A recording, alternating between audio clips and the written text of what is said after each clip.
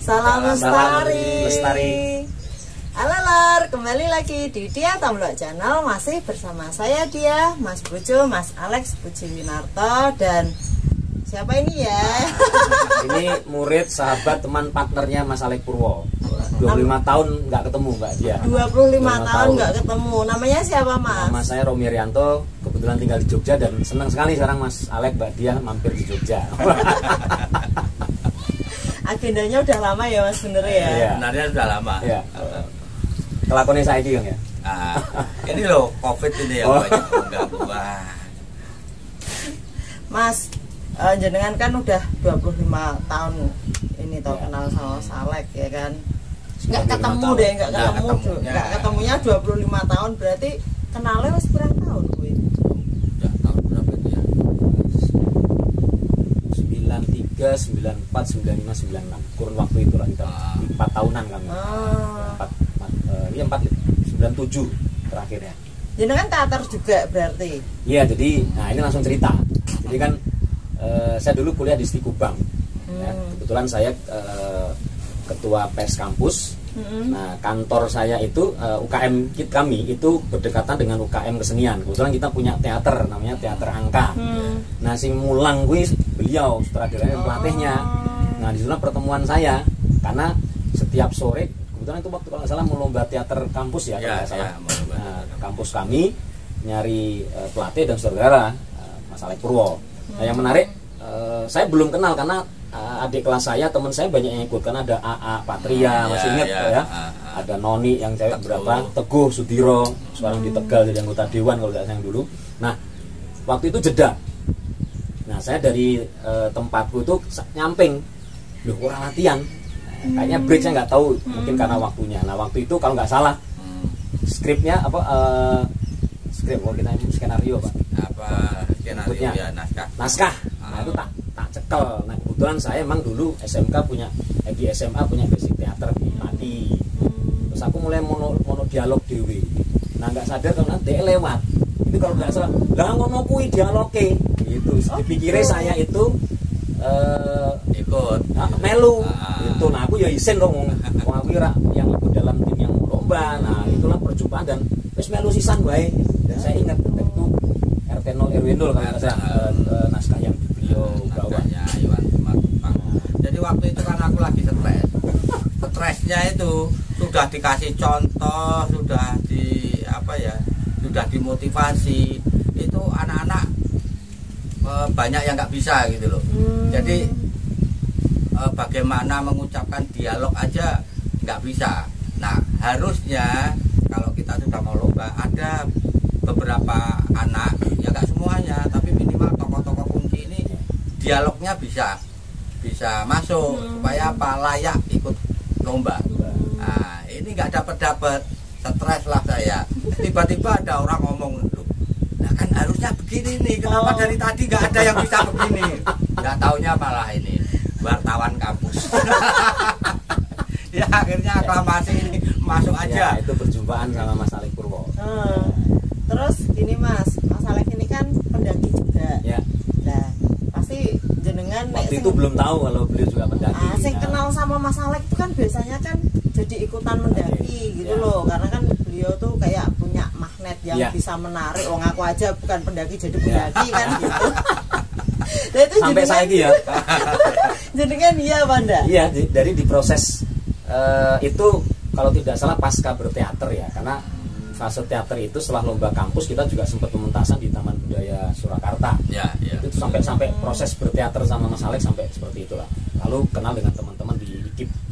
Nah, fase ikut beliau di proses mendaki itu sebenarnya saya melihat ada dua.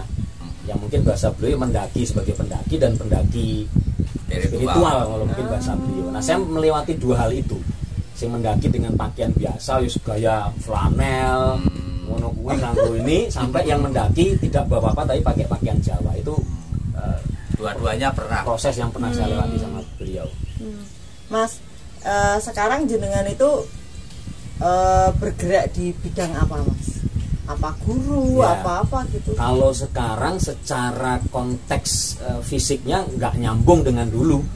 Saya bukan orang teater sekarang loh ya, tetapi perjalanan saya dulu ketemu dengan banyak orang, mengkondisikan situasi saya lakukan. Jadi kalau boleh dibilang, oh anakku gumun kok, kemudian ditanya sekolahnya pekerjaan bapak apa, ya, bingung. Nah, saya nyebutnya ya kita itu laki-laki panggilan. Jadi dipanggil untuk ngajar siap, ya, dipanggil untuk outbound siap. Jadi lebih banyak saya di community base, ya, bergerak untuk penguatan kelompok, mengajar, lalu pelatihan, lebih banyak itu.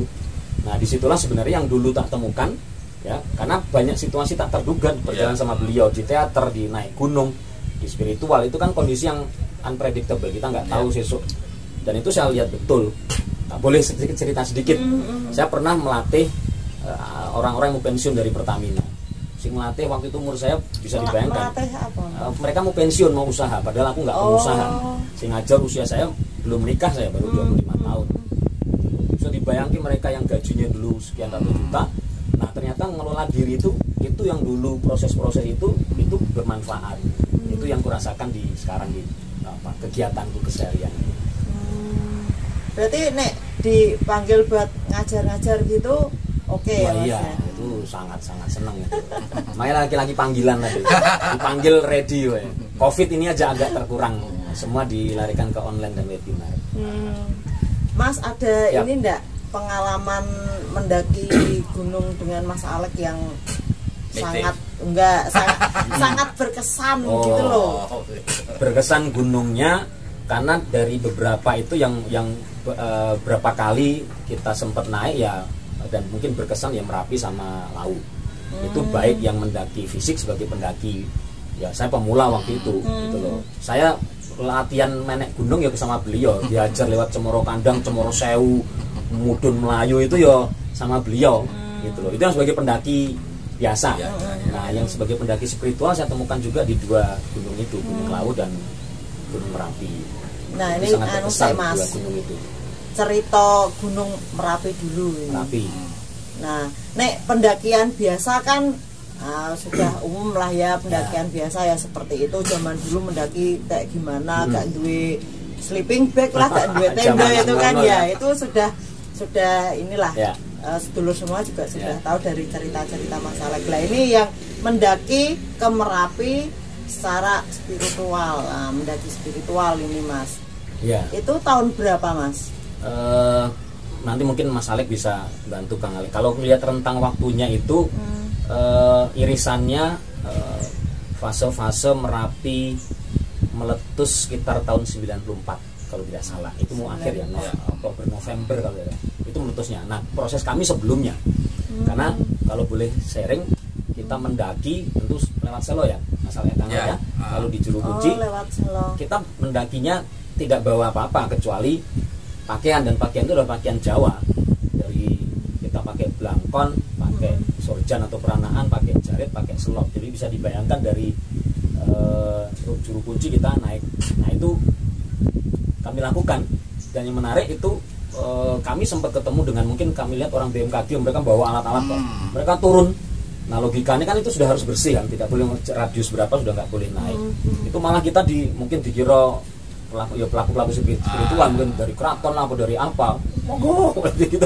Ayo berdua kami naik gitu loh Mas.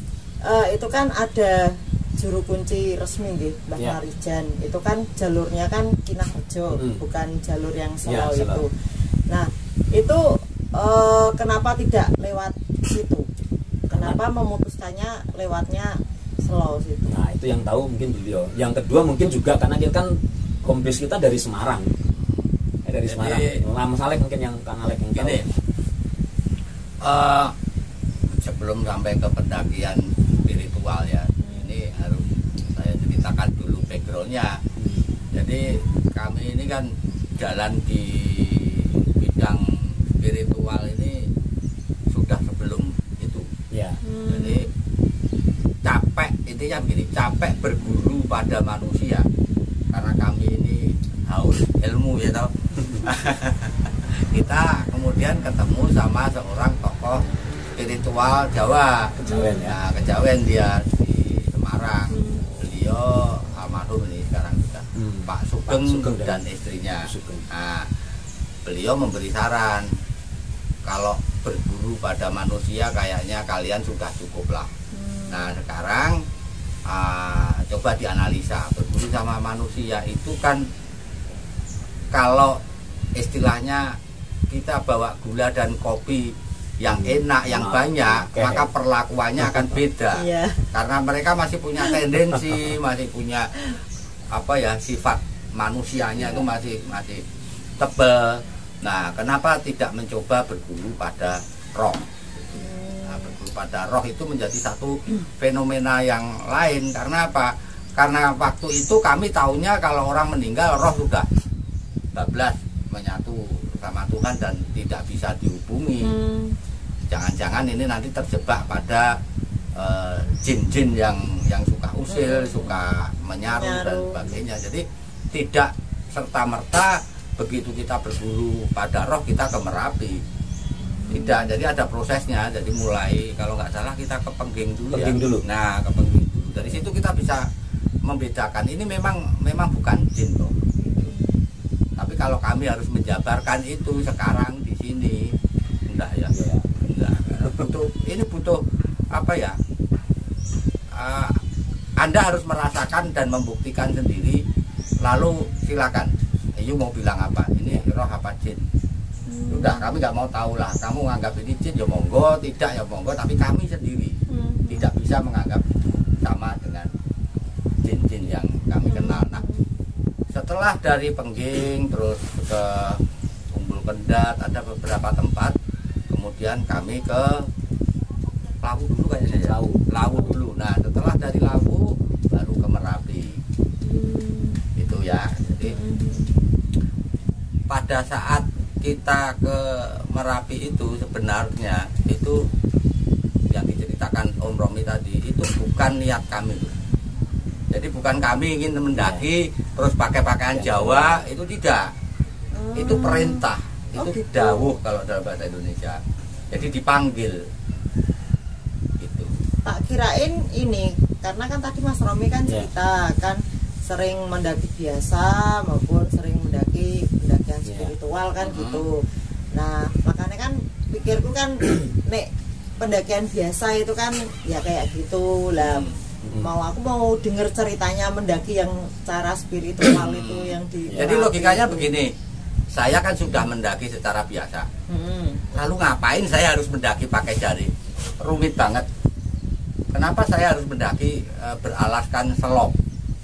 Lawang jalan di tempat rata aja itu susah, apalagi di tempat yang terjal dan banyak batuan lepas.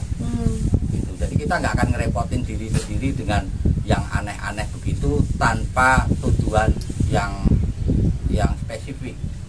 Gitu. Nah kemudian kenapa mendakinya bukan lewat Kinarjo? Lah perintahnya begitu. Jadi rute itu juga bukan kami yang milih. Gitu tak kirain milih sendiri lewat sini pakai pakaian Jawa. Nah, sebagai murid kami hanya bisa menganalisa secara logika. Sekarang gunungnya mau meletus, kawahnya menghadap kemana? Kawahnya itu menghadapnya ke Kinarjo. Lah kok kita mendaki lewat sini, apa ya namanya ini, konyol banget. Kutuk marani sunduk. Nah begitu. Padahal kami ke sana itu karena diperintahkan untuk menancapkan sebuah keris di puncaknya. Oh lah itu kerisnya siapa? Ya kerisnya pemberian sana. Oh diberi keris. Diberi keris itu jauh sebelumnya. Nah keris ini bisa dipakai atas apa ya, bisikan dari sana. Kapan dipakainya itu tidak bisa terus kerisnya kita pakai set kita potong ayam krek, nggak bisa. Jadi karena ini barang istilahnya titipan. Ini tak titipin ini ya. Nah fungsinya apa? Fungsinya nanti kita kasih tahu. Nah salah satu fungsinya ternyata ketika ini diperkirakan oleh BMKG mau meletus secara relatif keras. Nah sebagai orang yang akrab dengan Merapi karena kita sering mendaki ke sana, juga kita menggeluti spiritual.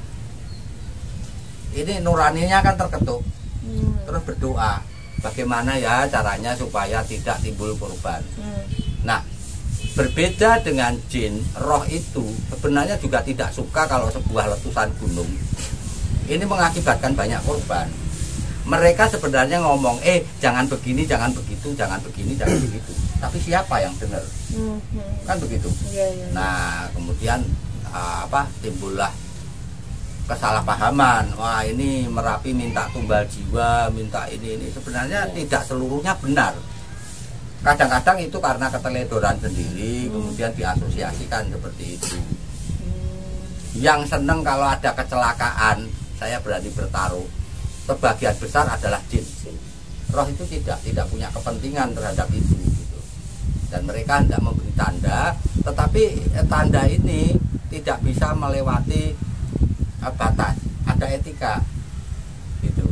Nah, ini bisanya kan lewat bisikan-bisikan. Nah, itu saya mengalami yang di proses Merapi, karena waktu dari Juru Kunci kita naik, ya, saya lupa, tapi ada satu titik yang saya berhenti karena beliau yang menancapkan harus beliau karena titipannya ke Kang Alek. Nah, di situ layaknya orang lelah saya berhenti sejenak. Menurutku sejenak itu. Saya lupa lokasinya, tapi jelas cetos saya berhenti. Nah, disitulah kalau orang nyebut pendaki laku spiritualnya, disitulah proses-proses spiritual itu saya dapatkan, meskipun tidak saya kendaki langsung. Jadi aku lungguh senden, saya ingat senden lah, ratu atau apa. Nah, di situ itu kan nggak ada siapa-siapa, hanya ada kami dan beliau naik. Nah, saya ini pengalaman yang betul-betul saya alami. Saya melihat kok rame, gitu loh. Jadi orang-orang berbagian Jawa, ada yang sibuk lah, tapi sibuknya bukan sibuk yang kalang kabut, tapi sibuk kayak mau punya kerja. Ya, punya kerja. Ada yang lalu lalang gitu loh. Aku mau ngemati dan saya tidak bersuara. Itu pakaiannya kayak gimana, Mas? Ya, tempo dulu. Pakaian tradisional tapi masa lalu. Oh, ya, kayak gitu ya. Karena jadi pakaian tradisional sekarang sama masa lalu beda loh. Oh, beda. Ini satu contohnya ya. Nanti teman-teman yang dari Bali bisa konfirmasi. Pakaian tradisional Bali zaman dulu itu kemben itu di bawah payudara. Oh, gitu. Payudara kelihatan. Jadi kalau kamu melihat orang Bali pakai kemben ini kemben modern ini. Kalau kita lihat yang lewat antar dimensi gitu, yang kelihatannya seperti itu. Pepaya bergelantungan, dan itu bukan sesuatu yang porno. Porno itu terjadi dalam pikiran kita.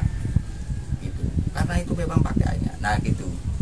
Jadi yang dimaksudkan Om Romi tadi memakai pakaian tradisional itu beda dengan yang kami pakai. Ya, beda. Gitu. Kita pahami itu beda. Nah, yang menarik lagi, fase mungkin dalam konteks sadar itu mungkin hanya berapa detik ya. Saya melihat, nah yang bagi saya sadar lagi, jadi bisa diilustrasikan. Saya melihat mereka waktu tidak sadar, saya melihat mereka. Nah, saya tergugah soalnya mulai sadar karena tiga yang duduk itu termasuk ibu-ibu atau mbah-mbah itu lihat. Nah, disitulah proses saya mungkin digugah kok dipanggil berkali-kali oleh beliau. Nah, itulah posisi saya sadar gitu loh. Nah, beliau mungkin juga karena saya nggak ngetut tim naik ya mungkin ya. Nah, terus saya cerita aku delok iki, lalu beliau bilang saiki mudun. Nah, kalau saya bilang duwe gawe. Nah, orang mengenal sekarang ya Merapi bukan meletus, bukan nyari korban, tapi Merapi lagi duwe gawe. Dan esok kan ya harinya atau apa ya itu terus meletus ya, dan esok harinya. Dan alhamdulillah seperti yang kita harapkan juga letusannya meskipun ada di korban di Tingharjo, tapi ya harapan kita tidak ada banyak yang korban. Nah, itu pengalaman saya sudah pakai pakaian yang tidak umum, lalu saya sendiri mengalami proses spiritual, beliau melaksanakan laku spiritual yang memang harus dilakukan, yaitu Merapi itu berdua. Jadi kan begini, kami harus berhenti di Pasar Bubrah. Pasar Bubrah toh. Nah, dari situ sudah jelas perintahnya. Yang boleh naik membawa keris itu kamu, tancapkan di atas. Gitu ya. Nah, saya tinggal dia. Aku juga gak cerita sama dia bahwa Pasar Bubrah itu ya pasar setannya sana gitu. Nah, kemudian karena dia punya kepekaan, mulailah bisa melihat itu. Sekarang bayangkan aku itu jauh loh antara Pasar Bubrah sama puncak itu, kira-kira kalau kamu dengan mata biasa kamu di puncak Merapi bisa nggak melihat ada orang di sedang ngapain. Enggak bisa, hanya kelihatan hamparan batu. Tapi kalau dengan mata batin bisa. Aduh, ini si Romi ini mulai berintegrasi sama pasar Kubra. Padahal pasar Kubra itu kalau mau ada letusan rame itu. Rame orang masa, ada yang pasang ini teratak apa-apa itu rame. Persiapannya ya, orang mau punya kerja ya, gitu ya. Ya. Tapi jangan disalah tafsirkan menjadi begini loh. Punya kerja nanti tuh banyak orang, bukan gitu. Jadi mekanisme Merapi itu kan memang mengumpulkan lahar, dikeluarkan, di mana ini akan menyuburkan tanah. Mekanismenya seperti itu. Adapun ada yang terbakar awan panas dan sebagainya, itu kan efek yang sebenarnya memang menjadi efek logis, tapi mereka juga tidak mengharapkan itu. Kalau ada yang surak-surak itu pasti jin yang di bawah itu, jin dek-dekan itu loh. Ya mati rak kowe ya itu. Bukan yang di atas. Yang di atas ya prihatin gitu. Tapi mereka tahu bahwa itu diperlukan, mekanisme ini erupsi itu memang diperlukan oleh alam gitu. Nah sekarang bayangkan aku di atas mau nancepin itu, tahu aduh ini adikku, karena ini sudah aku anggap adik sendiri toh. Wah ini mulai berinteraksi. Jadi sejak di puncak itu aku sudah teriak-teriak, tapi dia nggak dengar. Begitu ini selesai nancepin dari puncak itu aku lari. Kamu ingat waktu kita ngobrol sama Septi tentang anaknya yang indigo nggak? Si anak yang indigo ini kan bilang, kalau aku melihat, aku pura-pura nggak lihat, supaya mereka nggak tahu. Sebab ceritanya jadi beda kalau mereka tahu bahwa aku bisa melihat, gitu loh. Nah itu yang saya khawatirkan kan itu. Ketika mereka sadar bahwa ada orang di situ yang bisa melihat aktivitas mereka, ini akan mulai ada ombak kegelisahan. Ono sing ngerti, ono sing anu. Nah nanti yang jelek-jelek akan wes bawa aja sekalian ke sini. Gitu. Nah gitu. Jadi pada waktu saya akhirnya bisa turun dan melihat dia bengong begini, kamu ngapain? Berkali-kali kayaknya berkali-kali saya bangunkannya itu. Sudah ini toh, tidak ada gerakan, cuman begini toh. Ayo turun sekarang, turun gitu. Kenapa sekarang turun? Satu, karena interaksinya sudah mulai dalam, mereka sudah mulai sadar bahwa ada yang bisa ada tamu nggak diundang, gitulah istilahnya. Itu yang pertama. Yang kedua, secara ini ilmiah, karena ini sudah ditancepin berarti kan oke lah, monggo silahkan kalau mau meletus, saya cuma minta seperti ini, kan begitu. Nah ini kan bisa sewaktu-waktu, meskipun lahar tidak mengalir ke arah Selo, tidak melewati pasar Kubra. Lah awan panas ini kan tergantung dari angin bertiup. Nah kalau bertiupnya ke utara ya jelas kami tertanggang kan gitu. Jadi alasannya dua gitu. Karena juga posisi di atas kita. Masih menarik aku ya. Kan biasanya kita laku spiritual gitu, misalnya ke gunung, ke Merapi itu bisa dianggap muridnya Merapi itu kalau sudah berapa kali ke sana, Mas? Ini wong awam, ini orang awam. Romi piye?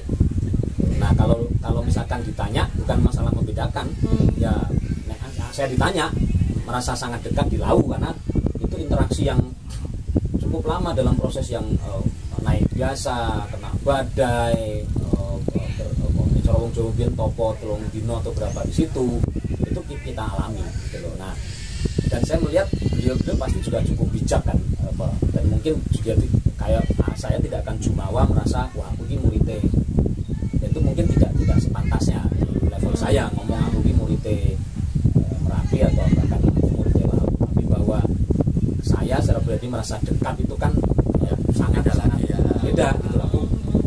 DP ini sedang kerasa kan karena interaksinya tidak hanya dalam satu konteks tapi banyak.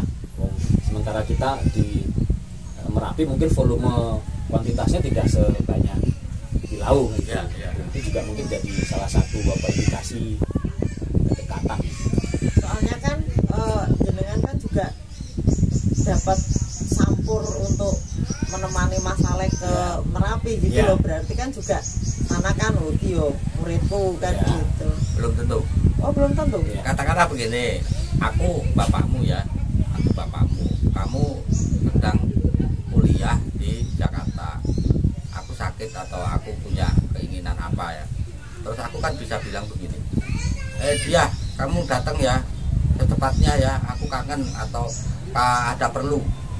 Nah kesininya jangan sendiri, temeni ya. Harus ada temennya, karena apa, nanti kalau di jalan ada apa-apa gimana. Oh gitu. Temennya yang gimana, cowok apa cewek, aku bisa aja bilang gitu. Cewek atau cowok. Nah beliau yang ini memenuhi kriteria itu untuk menemani aku, harus yang begini gitu. Coba sekarang yang nemeni itu misalnya asal pendaki, sampai di sana melihat orang berjualan misalnya, atau melihat aktivitas itu, terus dia datang ngicipi makanan, yang terjadi seperti apa. Nah, seperti itu, jadi dia memang memenuhi kriteria tersebut. Kemudian kenapa bagaimana aku ini menganggap mereka itu sebagai guru gitu ya. Intinya kan begini loh, ketika saya menjalani satu spiritual itu kan sebenarnya hanya ada aku dan Tuhan. Spiritual kan sebenarnya gitu, aku menyembah Tuhan, ini perjalanan menuju itu. Nah ketika kamu dari sini menuju ke candi yang di sana itu, ada kemungkinan kamu ketemu orang nggak? Ya, nah ketemu orang itu ada yang bilang jangan ke sana, atau kalau mau ke sana lewat ini lebih aman. Ya bisa nggak? Bisa dibilang kamu menjadi tujuanmu orang itu enggak? Enggak. Tapi bisa dibilang bahwa itu gurumu enggak? Ya, bisa. Jadi gini, tergantung definisi guru murid ini seperti apa. Kalau itu diibaratkan seperti sekolah, oh tidak. Tapi tidak layak untuk menjadi murid mereka yang sudah mendahului kita dengan dharma yang begitu tinggi, sekali Raja Majapahit misalnya, jangankan jadi muridnya gitu loh, menjadi tukang kebunnya itu loh saya nggak pantas. Om Romi juga nggak pantas gitu, paham ya? Tapi saya seperti Om Romi itu merasa sangat dekat gitu. Kalau beliau merasa sangat dekat atau tidak ya monggo, itu bukan urusan kami gitu. Tapi selama ini yang diberikan beliau atau pelajaran-pelajaran yang diberikan itu, entah ini sebenarnya dimaksudkan sebagai pelajaran atau hanya saran, nggak ada yang nggak baik. Nah kalau ada yang tidak baik, segera saja kami berhenti. Oh aku tidak berkomunikasi lagi sama itu. Oke, ini balik lagi ke Merapi. Aku masih ada pertanyaan ini. Kenapa Mas Alek yang dapat sampur untuk menancapkan keris itu? Padahal kan ada juru kuncinya Mbah Marijan, ada yang juru kunci tidak resmi yang dilewati itu Pak Tarso apa ya, yang selo itu. Nah itu kenapa tidak beliaunya yang mendapat sampur untuk menancapkan keris atau bagaimana gitu? Ini kalau penduduk kampung biasa ya, punya kerja gitu ya, dia cuma petani gitu ya, mungkin tetangga-tetangganya toh yang terlibat cukup. Naik lagi lurah punya kerja, itu berarti sesama lurah juga pada datang dan sebagainya. Wilayah yang datang atau yang terlibat itu pasti lebih luas. Nah sekarang bayangkan, ini yang punya kerja Merapi, ini nasional. Apakah Mbah Marijan tidak dapat dawuh? Ya dapat. Itu urusannya Mbah Marijan, bukan urusan saya. Tugas beliau. Gitu loh. Apakah Pak Tarso dapat perintah atau tidak? Ya pastinya dapat. Masa juru kunci dari, meskipun tidak resmi, tapi kan spiritual juga, kan ada hubungan. Kalau tidak ada hubungan, tidak mungkin Pak Tarso mendapatkan pusaka dari sana kan. Gitu loh. Nah, kami mendapatkan kepercayaan setitik itu sedikit sekali. datang keris yang aku titipkan dulu tacepin di sini ya. Udah. Cuman gitu tok loh gitu. Jadi jangan dilebih-lebihkan seolah-olah kami ini begitu pentingnya, tidak. Ini cuma setitik debu. Banyak sekali yang punya peran lebih besar dari kami, termasuk Mbah Marijan itu pastinya. Dan banyak juga pelaku spiritual seperti kami yang pasti juga melakukan sesuatu. Cuma sampean aja yang tidak kenal mereka kan gitu. Ya, makanya kan aku orang awam gitu loh. Pasti kan aku juga berpikiran kenapa tidak juru kunci resminya atau tidak juru kunci yang di situ yang mendapat dawuh itu kok jenengan gitu loh. Sekarang begini, gitu. Ini mumpung Merapi juga lagi berdenyut-denyut kan begitu. Kamu perkirakan ada berapa orang yang berdoa? Spiritualis Jawa ataupun tidak itu yang sekarang ini sedang mendoakan Merapi, misalnya kamu harus meletus, ya meletus tapi nggak usah keras-keras ya, jangan ada korban kan itu kira-kira berapa? Ya banyak. Sama banyak, itu banyak sekali yang Islam yang mendoakan secara Islam, yang Kristen mendoakan secara Kristen, yang kayak kami ini menggeluti spiritual yang berdoa dengan caranya. Nah, mereka masing-masing ini mungkin nggak dipanggil oleh nuraninya sendiri untuk melakukan sesuatu. Iya mungkin. Mungkin ada yang datang membawa mie instan, ada yang karena COVID datang memberi pelajaran. Nah, ini semua sudah sumbangsi. Ini semua sudah kepedulian yang membuat alam ini terus bergerak. Ya kan jadi paham nek kayak makan daripada aku bertanya-tanya kan mending kan tak tanyakan gitu loh. Nah, peran kami kan berarti ya kira-kira kurang lebih nggak lebih inilah, tidak menjadi lebih penting dari 3 orang BMKG yang turun dari puncak itu. Kemudian berarti kan dia juga bertugas di sana dalam resiko, kemudian turun mempersilahkan orang lain monggo.